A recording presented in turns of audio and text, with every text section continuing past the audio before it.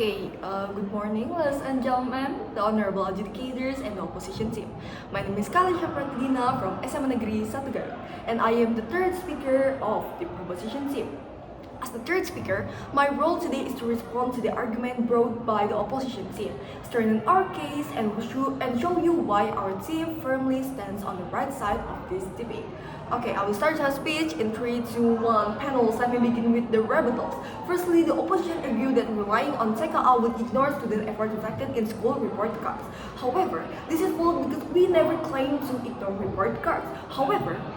Report cards, as we clearly stated, we believe TKA should be the main requirement, not the only one. Report card scores can still be considered as a complementary data, but TKA provides a more standardized and objective measurement of academic competence. In short, we do not neglect report scores, but we value TKA for its authenticity and fairness across school. Secondly, they claim that TKA might increase student stress, but this lacks strong evidence. In fact, standardized exams like TKA are already familiar to students, similar to previous national exam or UN. Instead of increasing stress, it can serve as a clear and structured goal for students to prepare for, rather than relying on potentially biased school assessment. They also question, what if a student gets a bad TKA score? Will they automatically fail? Panels, it seems they did not listen to what our first speaker clearly explained. According to the TKA regulation, students who get a low score will not automatically fail. There is a remedial process in place. Students will be required to submit an academic task in the form of a scientific paper or essay, giving them a chance to demonstrate their knowledge and effort through a different method. The system is not punitive, it is supportive. Additionally, the opposition seems to assume that TKA would be used as a university entrance exam. Let us clarify, as the government side in this debate, we are proposing that TKA is used solely as a graduation requirement, not for university admission. Its purpose is to ensure that every graduating student meets a minimum national standard of academic competence, regardless of where they study.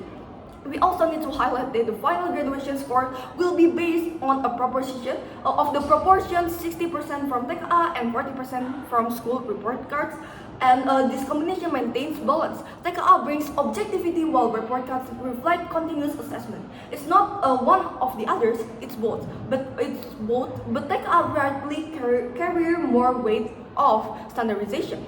Panels, they also question, then what is the point of studying for 3 years in school if in the end the TKA score will account for 60% of graduation requirement? Well, the answer is simple. If you have truly studied seriously for those 3 years, what are you afraid of? The purpose of learning in school is to building understanding, sharpen skills, and prepare students to apply their knowledge in real situation. And that is exactly what TKA measures. TKA is not meant to punish students, but to validate what they have learned for 3 years has really been mastered. If you study properly, you will do just fine. What students should be worried about is not the test, but whether or not they have truly made use of their years in school. So again, if you have learned honestly, you have nothing to worry about. Moreover, their entire case rests on the assumption that all schools give fair and equal grades. This is a weak assumption. Like in reality, there's a significant variation in grading standards across school. TKA provides a national benchmark that ensures fairness regardless of a school internal policies.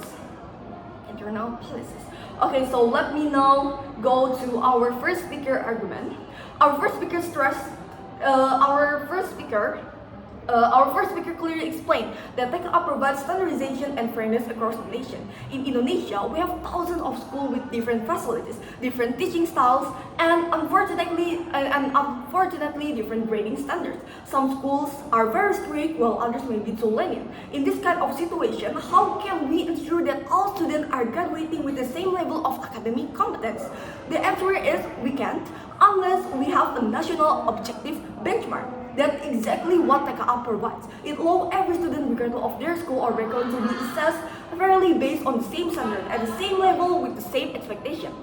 And again, never mind. Next. our second speaker emphasized why report card grades are not strong enough to stand alone as the main graduation standard, and why TKA is a better alternative. He explained that report card scores can be subjective, influenced by different school policies, teacher bias, or even students' behavior and attendance. A student could get a high grade just for participating in class, not necessarily for mastering the material. This means the same student could be graded very differently depending on their school.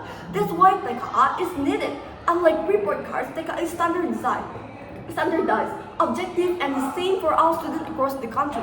It measures actual academic ability, not school reputation or teacher leniency. Okay, next. Now let's look at the key clashes in this debate.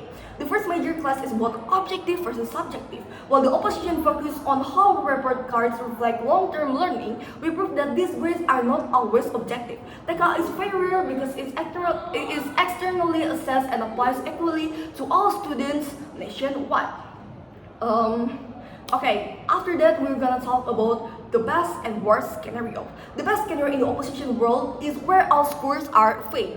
Is where a student might score poorly on TKA, but even in this case, we have a remedial system through writing a paper or essay, and the student still has 40% from their report card to support their graduation.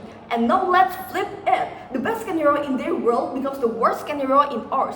Why? Because if there is no national standard like TKA, then the graduation process becomes unfair, biased, and inconsistent. Students who work hard but go to strict school might lose out, while others who receive inflated grades for doing less could graduate just as easily. That is far more dangerous and unfair. Okay, next, so when we compare both sides logically, our worst case is still manageable and guided with support, and their best case is unrealistic, and their worst case leads to nationwide inequality.